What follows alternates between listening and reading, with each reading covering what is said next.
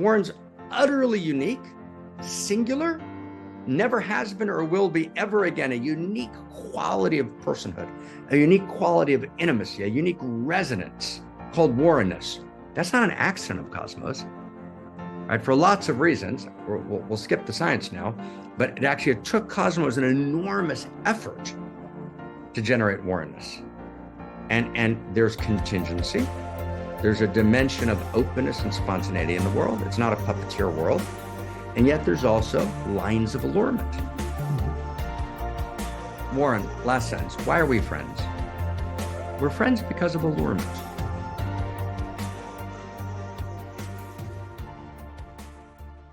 Mark, it's so good to see you again. And unlike you, my audience is probably not familiar with you, except for maybe 10% of it. And so would you share an overview of the books that you've written and what I know that you have a huge amount in process and sort of your Oh my big goals gosh. with your library? And then Well, also, the Center for World Philosophy and Religion, exactly what that is. yes. Well, first of all, I'd be delighted to, and it's delightful to see you, my dear friend. And we've actually had, maybe we can start with the center. As you know, Warren, I founded the think tank together with Ken Wilber. We founded it originally as the Center for World Spirituality. It evolved into the Center for Integral Wisdom, and then went through its final iteration as the Center for World Philosophy and Religion.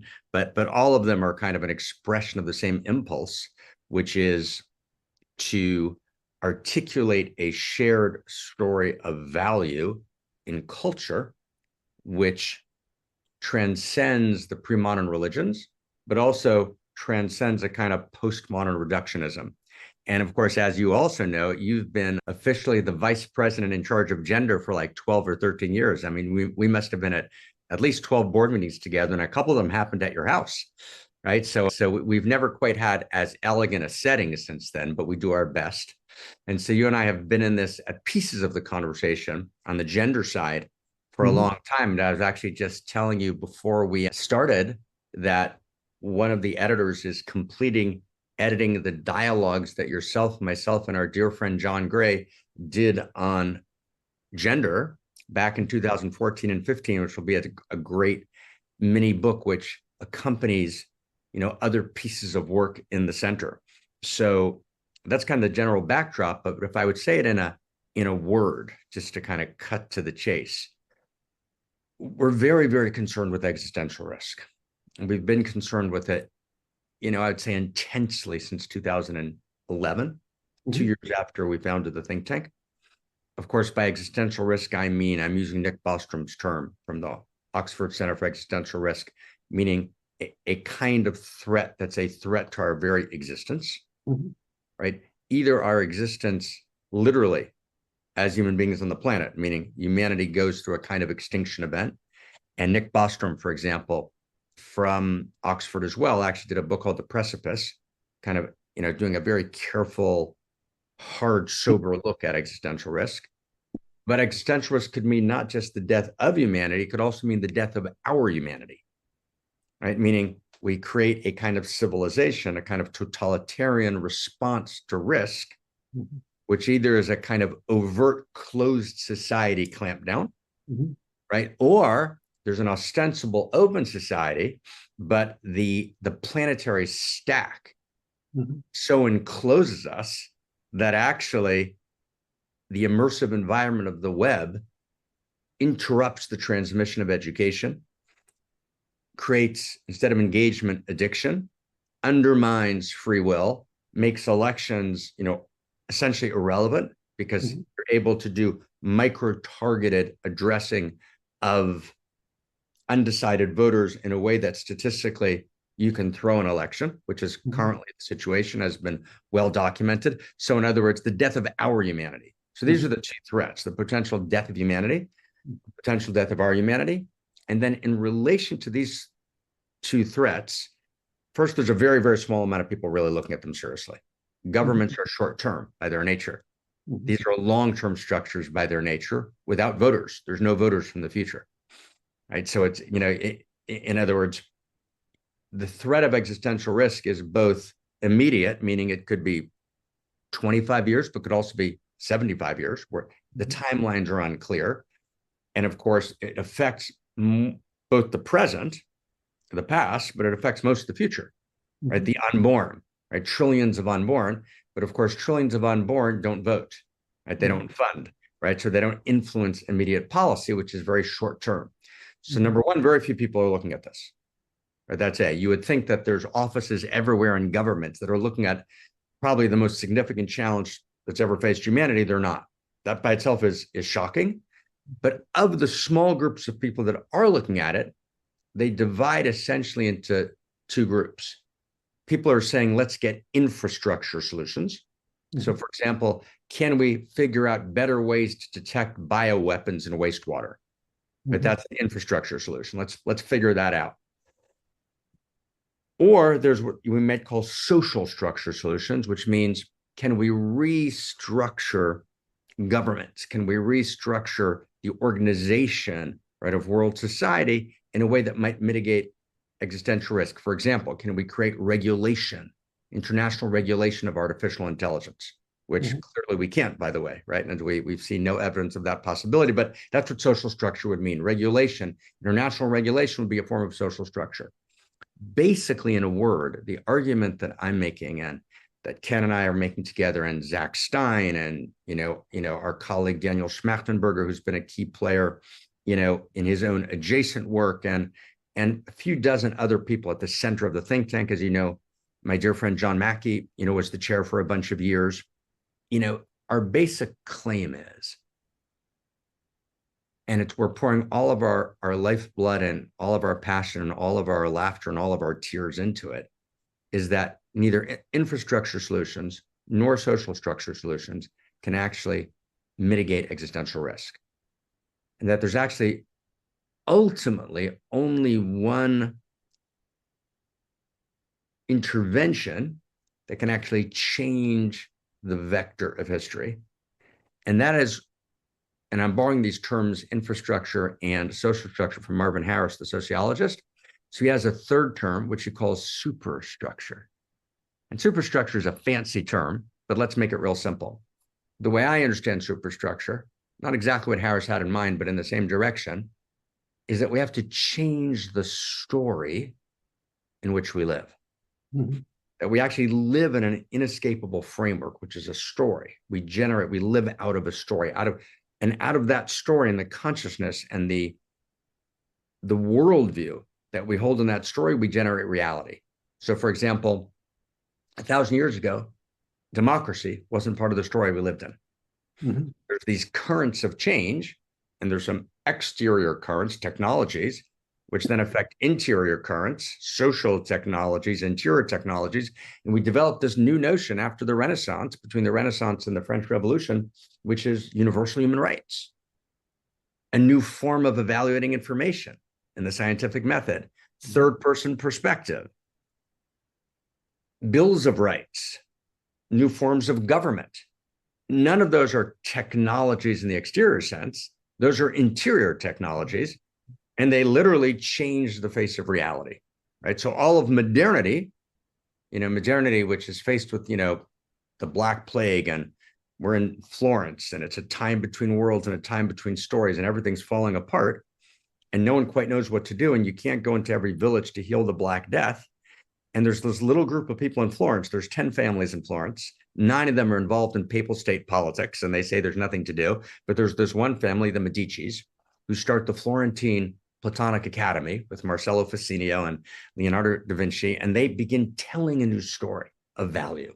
They begin reconceiving reality, and that new story becomes modernity and creates all of the dignities of modernity. And here's the last sentence. And to the extent that they got the story and the plot line right, that it's aligned with the true nature of reality, so it was successful. It generated all of the beauty of modernity. To the precise extent that it got pieces of the storyline, the plot line wrong, it led us to existential risk and to actually the potential collapse, right, of civilization. And just so we're clear, so we don't think that this is some kind of strange fringe idea. As Joseph Tainter points out, every civilization has collapsed. There's no civilization that hasn't collapsed. For the first time, we have a global civilization We haven't solved any of the collapse issues of the previous civilizations. We now have a global civilization, which now has not bows and arrows or B-52 bombers or grenades, now has exponential technologies that are weaponized in the hands of non-state rogue actors, right, dispersed all over the world with no ability to actually regulate them. So there's about 10 major vectors, which we won't go into now, it's not our topic, right, which clearly indicate that the notion that a global civilization will collapse, its ecosystems will collapse on multiple levels, is actually the natural course of events, right? We can turn away from it. So now the question is what to do. So what we're saying is that we actually can address that, but we have to address that with a source code change like they did in the Renaissance to actually generate a new story of what it means to be a human being. Mm-hmm. A new emergence like the Renaissance was. We went from pre-modernity to modernity was a completely new story of how we are humaning, of what it means to be a man and a woman, right? A new story of gender, a new story of sexuality, a new story of legality, a new story of human rights, a new story of governance. So what we're basically saying is we are again at a time between worlds. Mm-hmm. We're again at a time between stories, and we need to tell a new story of value, which is not made up. It's not declared, it's grounded in the deepest sciences, and that can actually become part of the source codes. That was a long answer to your question, but hopefully it set the stage for the kind of context, because without that, it's hard to have the conversation. So thank you for your patience. Absolutely. And the book that I see as explaining this in its sort of core form is your new book called First Principles and First Values. And there you discuss 42 propositions of what you call cosmo-erotic humanism, the meta-crisis and the world to come. So would you start out maybe explaining what cosmo-erotic humanism is and give us a couple of examples of a proposition concerning it? Sure. First, I'll just say something, Warren, about the authorship of the book. So the book was written, as you know, by David J. Temple. And David J. Temple is a pseudo-anonymous authorship. Pseudo-anonymous in the sense we're not hiding it. It was actually written by myself, the co-president of the center, Dr. Zachary Stein, and Ken Wilber, who joined us in this collaboration, who's one of the co-founders of the center.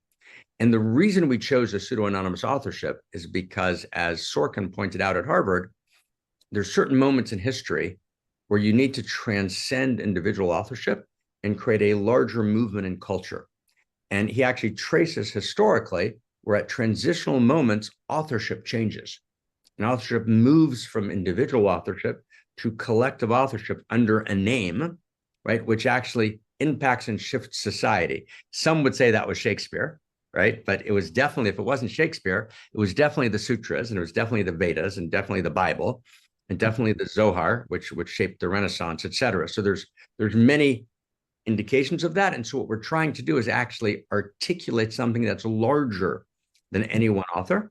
And actually, in some sense, the entire community of the think tank is David J. Temple. And so the David J. Temple becomes something much larger than a kind of an authorial foray, but it's an actual, attempt to actually penetrate the source code of culture in a way that's larger than any one person. So I just wanted to say that about David J. Temple. And I've never met David actually personally, but occasionally he'll leave a note and kind of, give us a suggestion about which way to go. So that's in terms of authorship, but that matters. It matters. It's an important, and I hope a well-considered, unguarded heart, attempt to transcend kind of the classical conventions of authorship with all of their importance. So now addressing your core question. So what do we mean by cosmo-erotic humanism? So let's say it this way. Any conversation we have about the boy crisis, right? An important topic about role mate to soulmate, right? Your new book, a beautiful and important topic that you've spent so many beautiful decades, working in, which is the topic of relationship. So whether you're talking about the boy crisis, whether you're talking about relationship, but also whether you're talking about how you structure economic systems, how you structure ethical systems, how you structure political systems, they all have to answer three questions. Without those three questions, you can't move. And those are what I would call source code questions. And those questions are the simple first rules that generate a complex system that's coherent. And that idea, by the way, that there were simple first rules that generate a complex system that's coherent, not my idea. I want to attribute it to Turing as the Turing machine, the first computers. He was also the code cracker, as you know, in World War II. They did that famous movie about him. I think it was called The Imitation Game, right? Yes. Really, it was a beautiful man. I am madly in love with him. I've tracked his life carefully, and just this incredible figure who died, actually, Warren, tragically in 1952 in England. But Turing goes to Bell Laboratory after the war, about 1947, 1948, and Bell Lab is where Shannon, is doing, information theory, and it's where kind of this big leap happens into the future. And he writes an essay, Warren, called Morphogenesis. And this essay, Morphogenesis, very complex essay, but he's asking a very classical question, which is, how do we create coherent complexity? Why is this incredibly complex world coherent? Why does it work? How does it all fit together? I mean, if you would just in this moment, you and I are talking, if you would just make visible the amount of dazzling complexity happening in Warren right now, 37.2 trillion cells in this kind of wildly, dazzlingly, dizzyingly beautiful cacophonies of unimaginable mathematical formulas in physics and in chemistry and biology happening in this moment within Warren, within Marc. And then if we would trace that which allows us to be talking to each other before we get to the physical technologies, right? And that's how we understand each other, the codes of language, how the codes interact, how we listen, how we interpret the information, how our eyes see each other. If we would just actually externalize what's happening between us in this moment, we would actually faint in awe, right? So we literally live with our eyes closed. We can't, because we can't. So how does that, what animates that coherent complexity? Right now, one possibility is, oops, it was all a mistake, an accident. Unlikely scientifically, for lots of reasons, different conversation, right? More than unlikely. So there's got to be something that guides coherent complexity. Now, the dualist said, it's actually just a material world, but God's kind of keeps reaching his hand in and organizing it in every second. Unlikely, right? And if evolution tells us anything, is that there's an inherent coherence, right? There's an inherent set of structures. There's an inherent set of codes, right, that actually live in reality, that animate the living universe. So Turing is asking this question. Turing is saying, right, which is a good way to summarize a big part of the essay, H-U-H, and like, what the, right? So he basically has this notion, Warren, of simple first rules that animate in the exterior world coherent complexity. So as I was reading him, I had this kind of intuitive flash that just chilled my body, which was, if that's true in the exterior world, it must also be true in the interior world. In other words, the interior world, right, the world of thoughts and intentions, desires, ethos, right? That which drives all that matters to us, our loyalties and our loves and our emotions. You just spoke to your beautiful wife for a second before we got on, and she said something that was a little bit funny, and you were like, where were you loving me? And in a sweet way, but it was like this very sweet exchange, meaning that those are interiors, right? They shape everything. So what organizes the interiors? So it also must be simple first rules.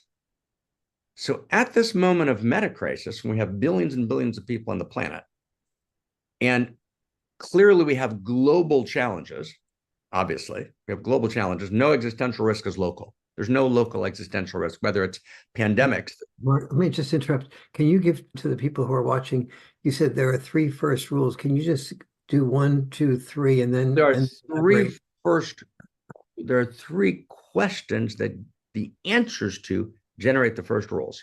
Okay. So those 3 questions, and I will do that for sure. I'll just finish one sentence, which is, if we don't have a universal set of shared principles, and all of our challenges are global, which means we require global coordination, which requires global resonance, which requires some sense of global intimacy, which you can't have without a shared global story of value. So that's what we're looking for. We're saying that actually, in a world of global existential challenges, which require global coordination, if you can't have coordination if you don't have resonance and coherence. Mm-hmm. You can't have resonance and coherence without some sense of global intimacy. And you can't have intimacy. You and I can't have intimacy between us, Warren, as much as we like each other, unless we have some sense of shared value, which we do. Okay, so what's the shared value? So those are the three questions.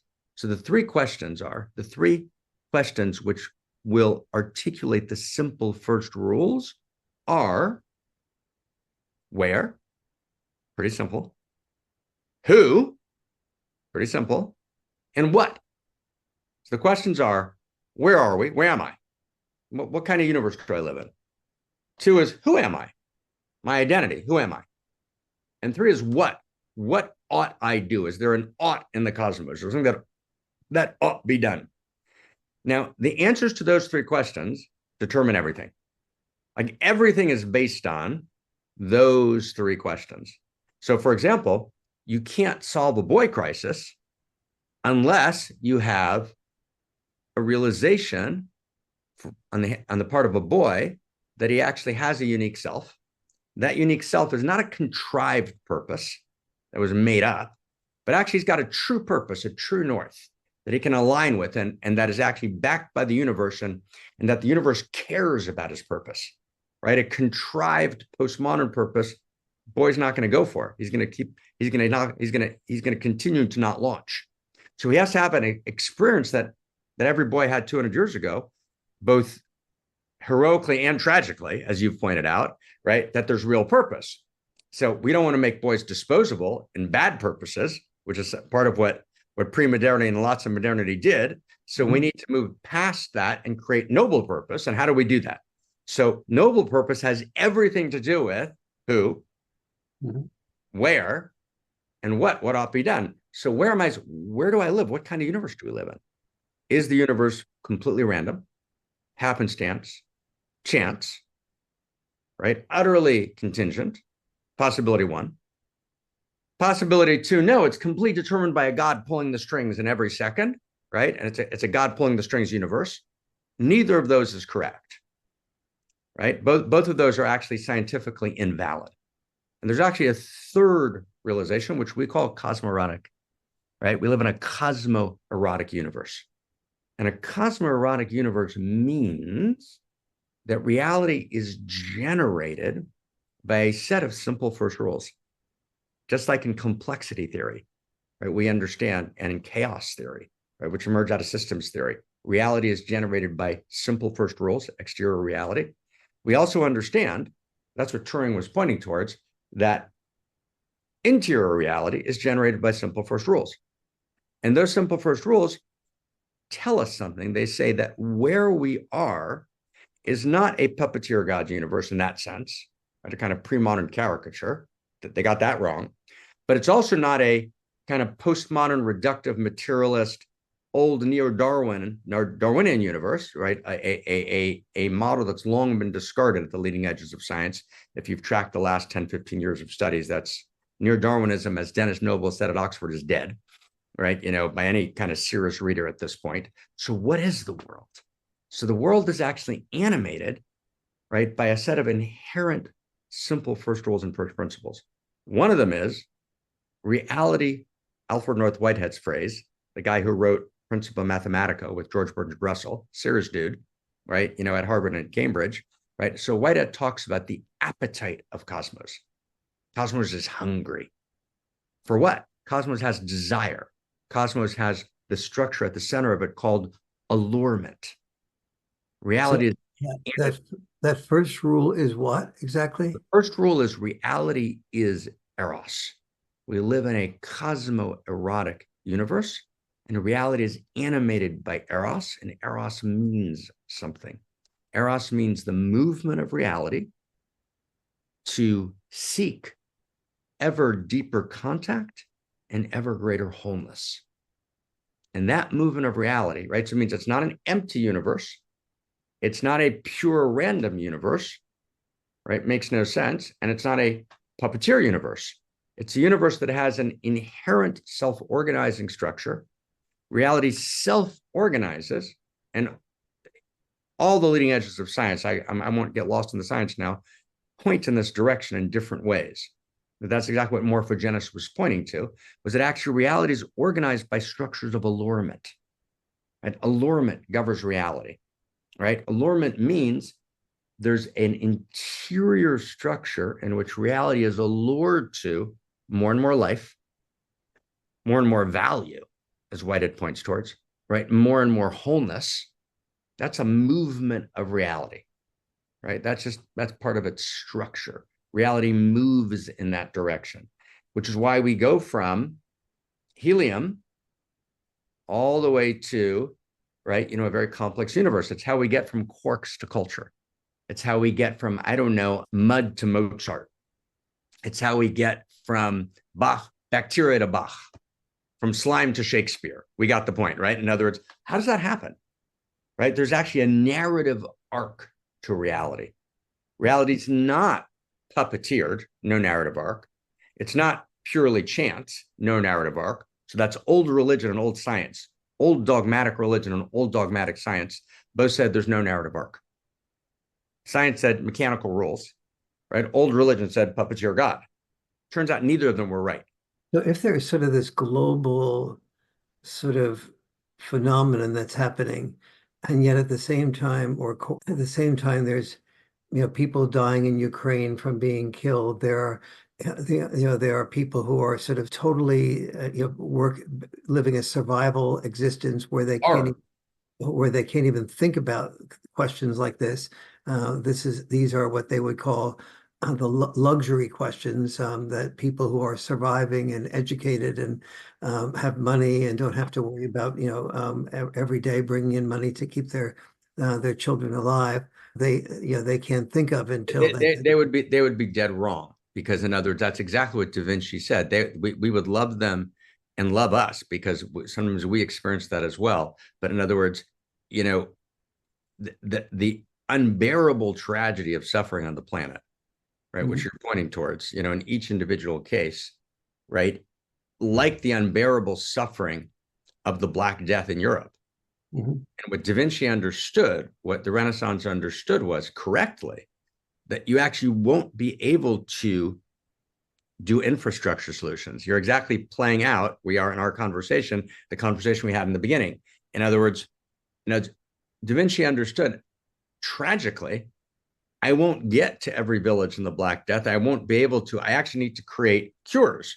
Right? I actually need to, right? I need to create exterior cures. So it might be penicillin, and interior cures, which is actually a new story of value, which generates a new reality. And it's what healed the tragedies of the medieval period, was a new story of value, right? We actually, a bunch of people sat and did exactly what we're doing at the center when everyone told them it was irrelevant because they're suffering all over. How can you be doing it? And they said, no, the only way to actually change suffering is to actually change the story from which we generate reality. And people said, what do you mean? People are suffering in the Ukraine. Said, no. Because people are suffering, we have to generate this new story. And this new story actually will raise all boats. So that is, if we actually get suffering in a real way, we know that historically, we should do everything we can to address every hungry and needy person on the planet. But ultimately, you can't create new coherence unless you have a new story of value. And a new story of value is based on a set of simple first rules. And simple first rules, we said in the interiors, there's minimally three. We've talked about the very beginning of one, which is where. Where are we? We have to actually establish a better universe story, which is not fundamentalist religious, but it's also not fundamentalist scientistic, not scientific, I said, notice, scientistic, scientism, the dogmas of science. And science is filled with dogmas, just like religion is, right? Anyone who studies the methodology of science well, right? And we have, I'd say half of our people are very leading scientists, right? But people understand very, very well that just like in religion, there's an entire set of fundamentalist dogmas about, right? There's an entire set of fundamentalist dogmas that happen in science all the time, right? Give an example of that. Oh, it's abundant and everywhere. But in other words, for example, I'll just give you a very, very good example. right? The notion in science that reality is absolutely random, which you can see all over textbooks, right, of 30, 40 years ago, right? And people were saying in science, 100 years ago, that basically we've got it all worked out. There's just a couple of things we need to kind of put in place, and we understand the world. Then, of course, along came quantum mechanics and destroyed all of that, right? All of the claims and declarations of the finality of science got destroyed, right, in the uncertainties of the quantum world.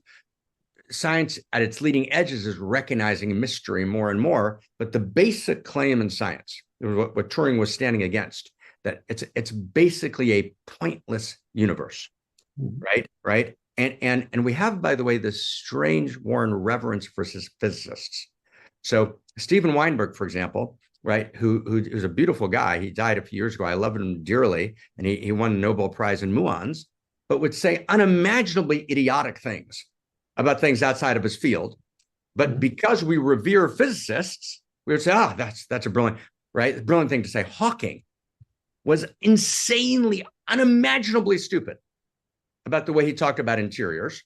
But we have this strange reverence for physics because much of postmodernity are closet materialists. And since they're closet materialists, so nothing real said about ethics and interiors can be taken seriously, because the only thing that's real is it. And physics talks about the it world. So we idolize physicists. But there's no reason to idolize physicists in anything except for their field in physics, right? In other words, so the amount of quotations I could cite you, dogmatic quotations like Weinberg, the universe is pointless. Repeated again and again and again. I could tell you, you could do a search on that quote and how many times it's been repeated. Or Hawking, right? Similar comments, right? That, we're now realizing that actually we are but a chemical, puff in the universe, and there's absolutely no meaning, right? And what is Hawking talking about? He's literally out of his field, right? He's not engaged in interior sciences, right? He's not, he's basically. What is the point of the universe?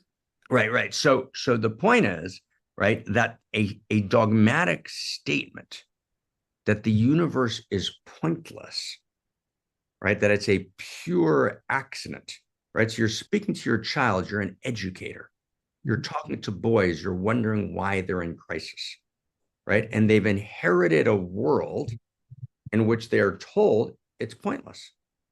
It's actually pointless. Right. And 200 years ago, we send you to die for bad causes. That was really bad. So but how now would we're telling you it's pointless. what would I explain is the point of the universe to that son?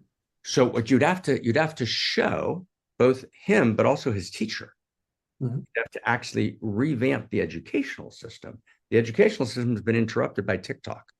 We actually have a process in generations in which one generation transmits to the next generation what they used to call the true end and real business of living, right? It's in the kind of classical charters of the secondary schools. Of course, they meant Christianity, but there was a notion that there was a true end and real business of living, meaning there's a field of value, and value's not just made up. Value is actually, in some sense, backed by the universe. It's not just a contrivance, right? It's not just a social construction. And when you have a world in which we tell our boys who are purpose-driven, who want to align with value, right, who feel called, right, to actually stand, right, in a field of value, and we tell them, oh, please launch, but the whole value thing is a crock of shit. It's all made up. It's all not true, right? It's just a blind, pointless universe. So we think we can get away with this. Modernity thought it could get away with something. And postmodernity. What do you tell your son? What do you actually tell him is? I tell my son, oh my God, we live in a field of value and goodness. Explain to the listeners that you do have a son. I have three sons. Actually, three sons and a daughter, right? Yes. Who are wondrous and beautiful and unimaginably, aligned with value, each of them. Right. So how do you imbue that? What do you share with them? You start just by saying that one of your sons is young, and then the good is real. You start with just a simple transmission that the good is real. Right. Now, if you send them to a school which tells them that the good is not real, so you're in trouble. right? Because you're telling them the good is real, and their teacher is telling them, right, in ninth grade that it's completely made up. So I'll just give you an example, Warren, just to what we can get real. I was at Exeter. It's an example of one school, right? Best secondary schools, right, in the United States. And I'm talking to, essentially the best and the brightest, as they're called, who are all going to kind of take leading positions. Mark Zuckerberg comes out of Exeter. Mm-hmm. And the reason Mark Zuckerberg runs Facebook the way he runs it is because Exeter taught him that there's no field of value, that value is completely contrived, that it's totally made up, that there's nothing intrinsic in the world that demands any sort of ought. So I just want to give you an example. So I went to Exeter, Warren, and I asked the kids the following just simple question, right? Can you draw an intrinsic distinction between Adolf Hitler and Mother Teresa? Seems pretty easy. Doesn't seem like a hard thing to do. Modernity would have no trouble doing that. Postmodernity did, and 98% of the kids, right, or 95, and I've done this at multiple leading schools and universities, and always 95% of the kids or adults say, of course, I think that Hitler was terrible and Mother Teresa was great, but there's no intrinsic difference, right? Each one is making their own decision, right? And you can't ultimately, right, draw a real line between them. Or I'd ask them a second question. You're with Mother Teresa on an island. You hate Mother Teresa. You both got stranded on the island. We tell some funny story. You've been there for 10 years. She drives you out of your mind. You're never going to be rescued. That's the objective trolley car problem. You will never be rescued, just you and her. She breaks both of her arms, I don't know, scuba diving, in the coral reef. You're a doctor. You can fix her arms, right? But you don't have to. And then, she might just die, and she won't drive you absolutely out of your mind. You're going crazy for the next 40 years. Do you have an obligation to feed her? Now, you and I both know. Of course you do. That's of course. Right? What a stupid question. Right? That's of course you've got to heal her and feed her. It's a given to us, because Warren, you're a product of modernity. In other words, you're like, whatever the issues are, of course the field of value is real. You live in it, you breathe it. I know you for years. You live and breathe value. Right. But that's how modernity thought. You grew up before postmodernity. So I will tell you, on my word, right, I've talked to thousands and thousands of students, virtually all of which said you cannot say that you have an obligation, right, to heal her broken arms and feed her. You cannot articulate that kind of obligation. And when I met with the heads of school of these kinds of schools, they agreed with the kids. That's where it was coming from, across the board. Right. And kind of like, in a certain sense, we've got to get, right. That's actually, I'll give you a last example, just so you don't think I'm making this up, which I know you still do, but I'll give you one last example. Best-selling book kind of the kind of general American, European kind of postmodern marketplace in the last decade was probably Yuval Harari's Homo Sapiens, right? Sold like 12, 13 million copies, right? A huge breakout book of, a large history book, an unusual breakout book. Barack Obama says, wow, best book ever, right? Bill Gates, right? Best book. Whatever they actually said, but they all kind of endorsed the book, resoundingly. And it got endorsed by really the central figures in culture world over. The book says, to be clear, there's no intrinsic difference between the ethics of butchery in the Crusades in England, chapter 7 of one of the books, and the ethics of Amnesty International, right? Now, not that right, or there's no intrinsic difference between the story of value that Gaddafi's Libya tells and between universal human rights. Chapter 2 of Sapiens is the second example. The first example is chapter 7 of Homo Deus. And what does Harari say? Now, Harari's not a philosopher. He's just reflecting, right, the classical academic position, right, which is all over the academy and which is taken as a given, right, in MIT Media Lab, who are articulating the internet, et cetera. Harari says that actually stories and stories of value are, quote, fictions, figments of our imagination, and mere social constructs. And that ultimately, right, you can never assert intrinsically that any position is better than any other one, right? So that's a big deal. So now that's the destruction of the field of value. There's no shared story of value. Once that's true, you can only have polarization. Once that's true, unless you address that issue, but not by making a regressive fundamentalist religious move, that's a bad idea. You and I both agree. Not by making a scientistic move, right? Making a dogmatic assumption that value is not real, really, really bad move. And just claiming that the universe is pointless because you studied muons, really bad idea, right? You have to actually address the issues in moral theory, which are real, right? Which we could talk about here, which caused the academy to come to a conclusion that value is contrived. You got to actually address those directly. And you have to reformulate moral theory in a very real way, and then retell that story in a way that you can tell it all over the world, right? To every man, woman, and child, in a way that breaks the boundaries of any country and any nation. We actually begin to articulate universal grammar of value. Now, when Da Vinci and Ficino said that was possible, they laughed at them, to be clear. People looked at them kind of cynically and kind of said, oh, you're kind of off in some fairy tale there. And they said, no, we're not. This is actually the one thing that's actually going to change the vector of culture. And if we don't address this, we're rearranging deck chairs on the Titanic. Right now, that's not a bad idea. It's good to have a good deck chair, and it takes a while to go down. And there were good, orchestras going on there and good vacations. But in the end, it's deck chairs on the Titanic. So that's what we're engaged in. And what we're saying is that the question of where am I? The nature of the universe. Who am I?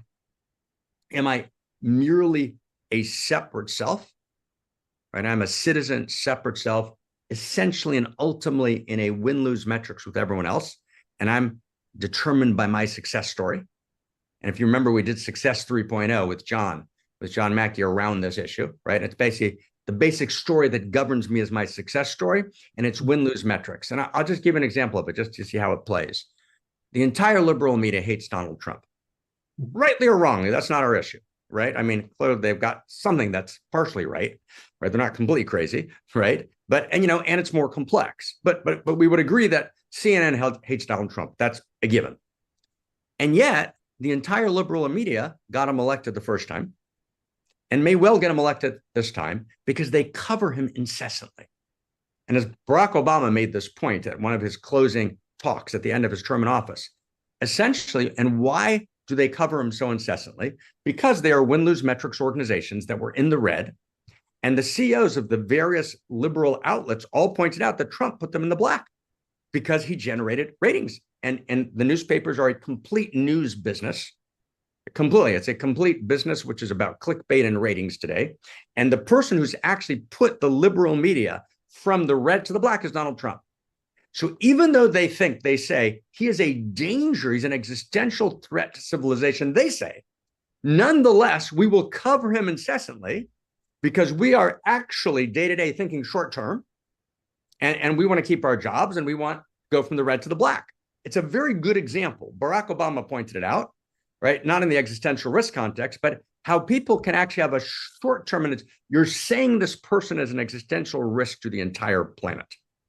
Yet, your coverage is benefiting him and actually will probably, that's what happened last time got him elected. We don't know what's going to happen today, right? But we do know the polls, right, have shifted dramatically. And that's actually a real possibility. We don't know what will happen, but it's possible. And much of it is happening through the nature of the coverage, right, that he receives in the incessant coverage. And the incessant coverage is determined by machine algorithms, right, which is based on, right, what it generates in terms of revenue, right? Or I'll just give you a second example, AI, artificial intelligence. In the last year, we saw at least 15 major figures say that artificial intelligence was an existential risk, right? These are mainstream newspapers, not Gafni's, think tank deep dive papers that we're reading. No, and it's every mainstream newspaper said what I've been saying for 7-8 years, that if artificial intelligence follows its course, it's an existential risk, not because it's going to come alive, not because of a sci-fi scenario, but because of the way it actually optimizes for the destructive elements of society. In other words, it plugs into the win-lose metrics and exponentializes it, right, in a particular direction, right, and basically shuts down the vectors of humanness in society. But that's a different conversation. But 7, 8, 9, 10 major figures all say that's true. And we cannot get an agreement to regulate AI research at all. Sam Altman's taking over at ChatGPT 4 throwing out the people on the board who actually were doing the regulation was actually what happened there. 2 weeks ago, no one even noticed. They just appointed who would be the regulatory body on AI. They were all insiders, Sam Altman people. No one even noticed that it happened. All the brakes are off on AI because the win-lose metrics won. Mm-hmm. It just happened 2 weeks ago. No one even noticed that it happened, right? So that's my point is that how I understand who I am. Am I a separate self in a narrow win-lose metrics? Or do I actually have a felt sense of relationship to the whole? And right? So take us back to your example. That's the who question. Take us back to your example on the island with Mother Teresa. Suppose you're on that, and you gave an example of what, of what to be done. You're on that island with Hitler, you brought up. So what do you do now? It's a very good question. So if you're on the island with Hitler, I'd say there's two separate questions. I mean, in a certain sense, it's entertaining to entertain the Hitler question, but doesn't address our question. Because our question is, and it's the third question we talked about in a where am I? We talked about who am I? What you're addressing is the what question, which I understand. What ought I do? So I gave a what question in terms of Mother Teresa, and you're introducing another what question. But let me try and go a little broader for a second. Then if you still insist, I'll go back to the question, but it's more exciting than that actually, right? Which is, what do we learn? Let's assume that you and I both agree that you have to feed Mother Teresa, which I assume that we do, right? Neither of us would let Mother Teresa starve, I don't think, right? Right. I hope I'm right. Right.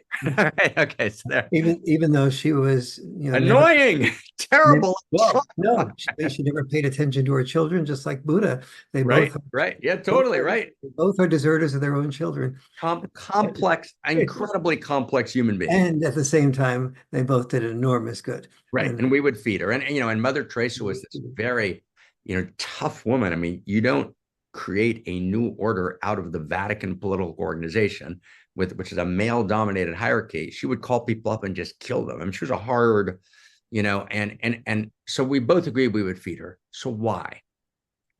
So the reason we agree that we would feed her, this is how I would formulate it with your permission, as follows, because we actually can formulate obligation. And obligation means, one, you see that there's a need. There's a real need. Two, you recognize the need. Three, it's a legitimate need. It's a real need. Four, you have the capacity to meet the need. And five, you're actually the only one in the entire world who can meet that need in the unique way that you can. You have a unique capacity to meet that need. 5 elements. Those 5 elements create obligation. Now, that's actually, and that took me 10 years to do that simple formulation, right? But those 5 elements are actually the nature of being a unique self.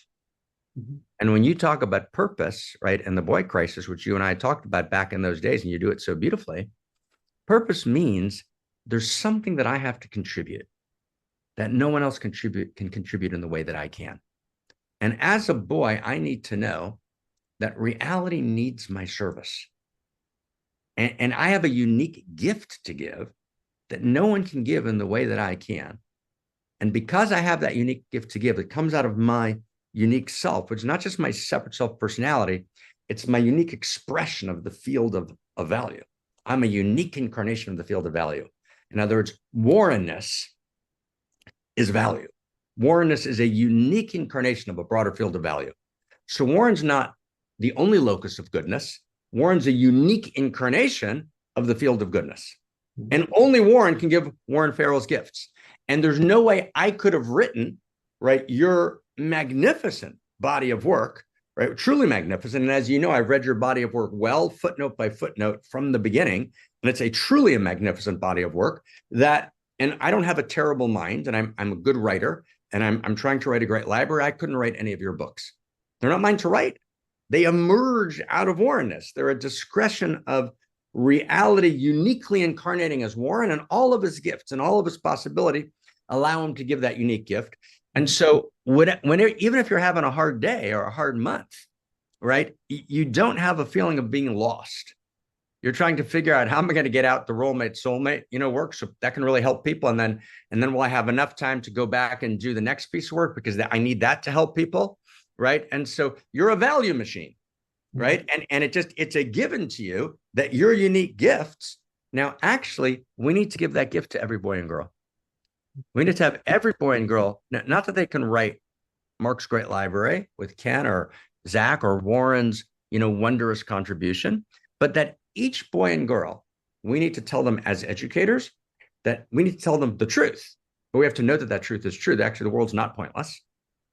Actually, Hawking got that one wrong. He came from a particular strata of British society, which had insanely dumb ideas about many, many, many things, right? And he was really good at physics, right? And I'm just using him as an example, but actually there is a field of value.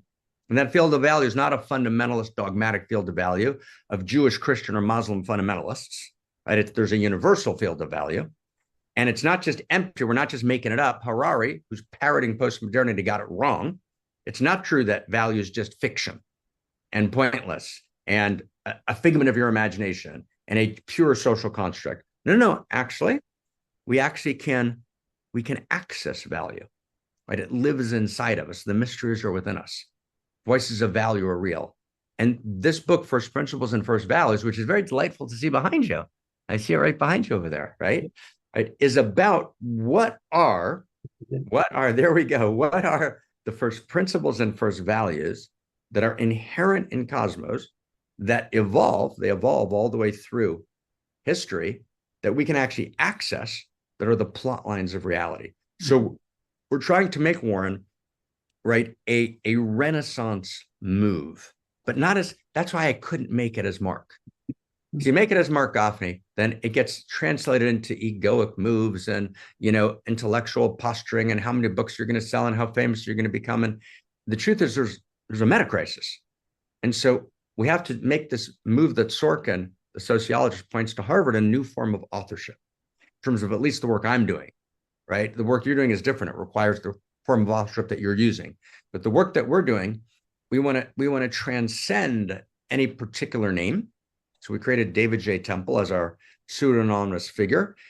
And we want to actually be able to articulate a great library, which addresses every vector of society and how these first principles and first values apply. So we made a list of 18 first principles and first values, and each one needs its own short essay.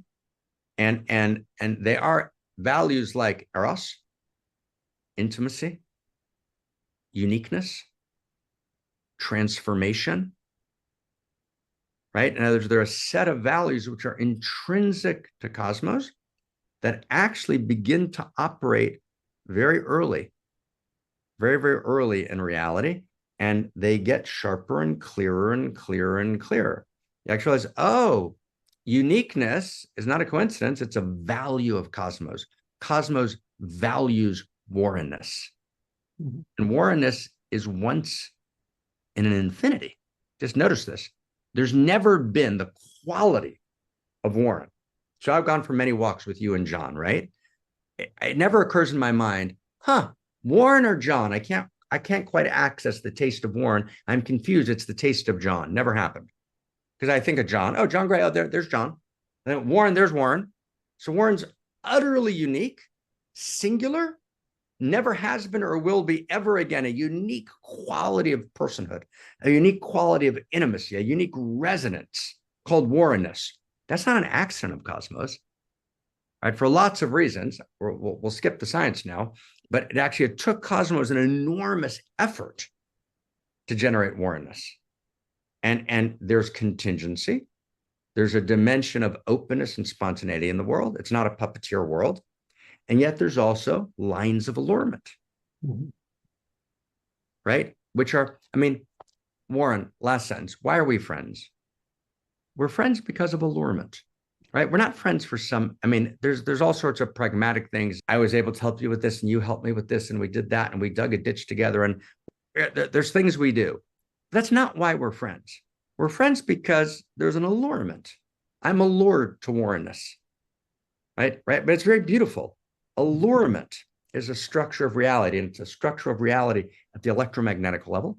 and at the gravitational level. It's between protons, neutrons, and electrons. Allurement creates a new whole called an atom, Mhm. right? It's allurement. And allurement creates a friendship between Warren and Marc. And so allurement, that's an example of a first principle and first value that evolves. Mhm. Okay, that was a lot of talking. So I'll pause, but I hope I at least got a sense of it. You talk about intimacy as being one of the, the first values, and that when there's intimacy, there's a mutuality of recognition, of feeling of value and purpose. And you've read Role Mate to Soulmate, and so how would you sort of connect that first value to what your experience of Role Mate to Soulmate was, and what I'm trying to do with for couples in that book? Beautiful. I love that inquiry. So, you talked beautifully about role mate and soulmate, I believe in the first or second chapter of Myth of Male Power, which I know that you are rewriting now under a new title. And I think it's actually one of the best books ever written on the masculine.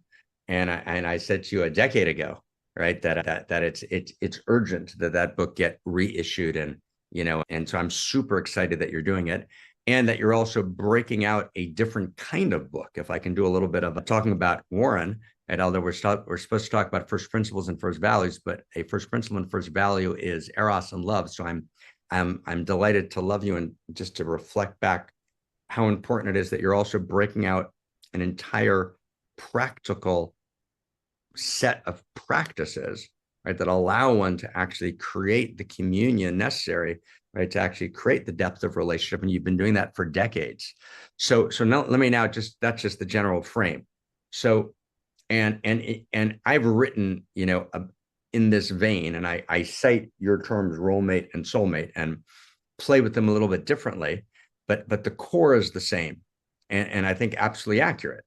So if intimacy equals shared identity, we have an interior science equation which applies differently to role mates and differently to soulmates.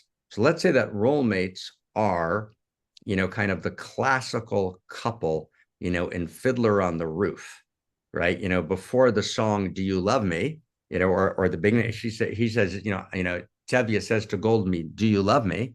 Do you love me?" And she says, "For 25 years, I've washed your clothes, I've darned your clothes," and she says, "I'm your roommate." Essentially, right? And it's like I've fulfilled all my roles perfectly. What a ridiculous question! Do you love me? Yeah. And he says, "Yes, for 25 years you." But then he's, but do you love me? And that play is in 1963, Mhm. 7 years before Love Story, right? Right, with Ali McGraw and Ryan O'Neal in 1970. But it's in those years that the move happens from role mate to soulmate. So role mate is the 40s, 50s relationship where we fulfill our roles. Our dear friend John Gray, right, begins his book. I wouldn't say this if John didn't write about it. He begins his book that I think I even have right here. I think it's actually the best book he ever wrote, which is actually not his Venus and Mars book. It's a book that he wrote after Venus and Mars. I can't find it right now, but he begins the book by telling the story about his father, right? Mhm. Who describes his father as having affairs all over the place. And his mother tells him, what a good man, what a good husband he was. And the point was, he was a good role mate. He stuck with the family, he took care of the family. So that's role mate. Soulmate is this movement that you describe in particular terms and very beautifully, which is communication matters. Mhm. Vulnerability matters, right? And and and we move into this whole world of soulmate. And what's the relation between intimacy and roommate, and intimacy and soulmate? So let's play with it together. Here's the intimacy equation. There are 17, 18 interior science equations in first principles and first values. So there's an intimacy equation, which works from subatomic particles all the way up to roommates and soulmates, and even beyond. So the equation is intimacy, and it sounds simple, and each equation took a decade. We spent a decade doing equations. So intimacy equals shared identity in the context of otherness. So there's shared identity. So Warren and Liz are not just two individuals who happen to live together. There's a dimension of shared identity. Mhm. We're a couple, but in the context of otherness, Warrenness doesn't disappear. So intimacy equals shared identity in the context of otherness. Mhm. times or plus, and why a plus or a times I won't get into now, but let's just say for now, because each one adds to the times mutuality of recognition. We recognize each other. Times mutuality of pathos. We feel each other. Times mutuality of value. We have a shared field of value. Times mutuality of purpose. Those four. So times mutuality of recognition, mutuality of feeling, mutuality of value, and mutuality of purpose. Now, here's the thing. Role mate has a very strong shared identity, often less of a context of otherness. They're often very fused. They often, right, they need shared purpose. The shared purpose is raising the children, right, taking care of the family. They need enough of a shared value to be able to do that, but they often don't have, right, a deep mutuality of feeling. They often can't fully feel each other. Sometimes they can, sometimes they can't.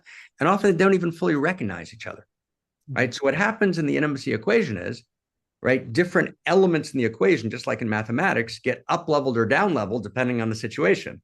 You go to soulmate, you still have shared identity, but the context of otherness gets a little sharper, right? It's less of a fusion. There's more of an individuation. Times mutuality of recognition has to be there. Recognition, which requires communication, which is why all the 90s books have in their subtitle communication, whether it's the 5 love languages, whether it's Venus and Mars, whether it's, what was the other one? Harville Henderson's book, right? Couples communication. It's all about communication. Roommates, they don't need that. So it's communication. It's a big deal. So they need mutuality of recognition. That's really big. Mutuality of pathos is everything. We have to feel each other. But sometimes they don't actually have a full mutuality of value. That sometimes happens. And often they don't have a mutuality of purpose even, right? And now, to bring roommate and soulmate together into something that I call, as you know, wholemate, right, is to actually animate the entire intimacy equation, to have deepest shared identity, the deepest shared value, mutuality of pathos, feeling, recognition, right, and purpose. So it's a good example. Roommate and soulmate is a great example of how they both express the intimacy equation. They express different dimensions of it. They both fit beautifully into the equation, and the equation helps me see the difference between them. Right? It's a way of seeing it. And then I begin to realize it's not just about roommate, soulmate, and homemate. This is about, well, let's say roommate and soulmate. Let's stick with roommate and soulmate here. It's actually that the move from roommate to soulmate that you described so beautifully in The Myth of Male Power, and now in an entirely new book, in which in The Myth of Male Power, you described it. In this new book, you're telling people how to do it, which is a huge momentous leap forward. So you didn't just repeat the information, you added this whole huge dimension. But this move from roommate to soulmate, one of the things that we talk about and that we're showing in the Great Library is that move, when we describe exactly that move, is not just a social construction. It's actually an evolution of relationship. And we actually have an entire essay called The Reality is Relationships, and a reality is evolution, and a reality is the evolution of relationships. So Mark, that was a great example to end with. We've gone for over an hour, so we oh my God, right? Yes. So we give our readers, and you gave my listeners and viewers a lot to think about. And so thank you very, very much. This was very wonderful. If somebody wants to pursue your work more thoroughly, what's the best thing for them to do? Well, I would say the book right behind you would be a great place to start. First Principles and First Values. It's on Amazon. And I want to, if I can just say a concluding word, beloved Warren, I want to apologize to everyone, right? In a kind of, hopefully light, and humorous way, right? Which is, we did a large swath, a big bite, right? We did a lot, right? In other words, and there was an argument to take one little piece and focus on that piece.